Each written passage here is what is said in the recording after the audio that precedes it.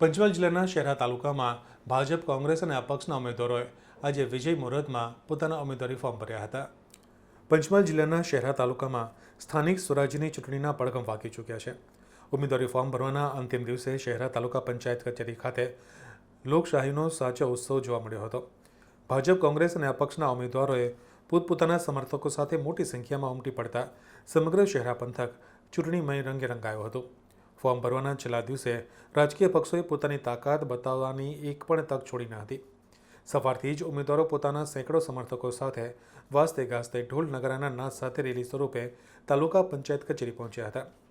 કેસરિયા અને તિરંગા ખેસ સાથે કાર્યકરોમાં ભારે ઉત્સાહ જોવા મળ્યો હતો. વાતાવરણમાં ઉમેદવારોના સમર્થનમાં લાગતા નારાઓથી શહેરાના બજારો ગુંજી ઉઠ્યા હતા. ભારતીય સંસ્કૃતિમાં મુહૂર્તનું વિશેષ મહત્વ હોય છે, ત્યારે મોટાભાગના ઉમેદવારોએ ચૂંટણીમાં જીત નિશ્ચિત કરવા માટે વિજય મુહૂર્તને પસંદ કર્યું હતું. ઉમેદવારોએ નિર્ધારિત સમયે ચૂંટણી અધિકારી દિનેશ ખેર સમક્ષ ઉપસ્થિત રહીને વિધિવત રીતે પોતાના ઉમેદવારીપત્રો રજૂ કર્યા હતા.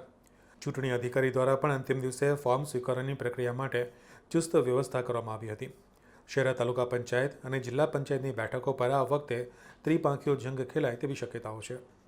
ભાજપના ઉમેદવારો વિકાસના મુદ્દે તો કોંગ્રેસ પરિવર્તનના મુદ્દે જનતા પાસે જઈ રહ્યા છે.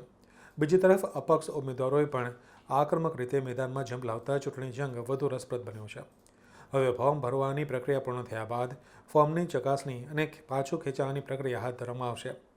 ત્યારબાદ ખરાખરીનો જંગ શરૂ થશે, જેમાં જોવાનું એ રહેશે કે શહેરાની જનતા કોના શિરે જીતનો તાજ પહેરાવે છે.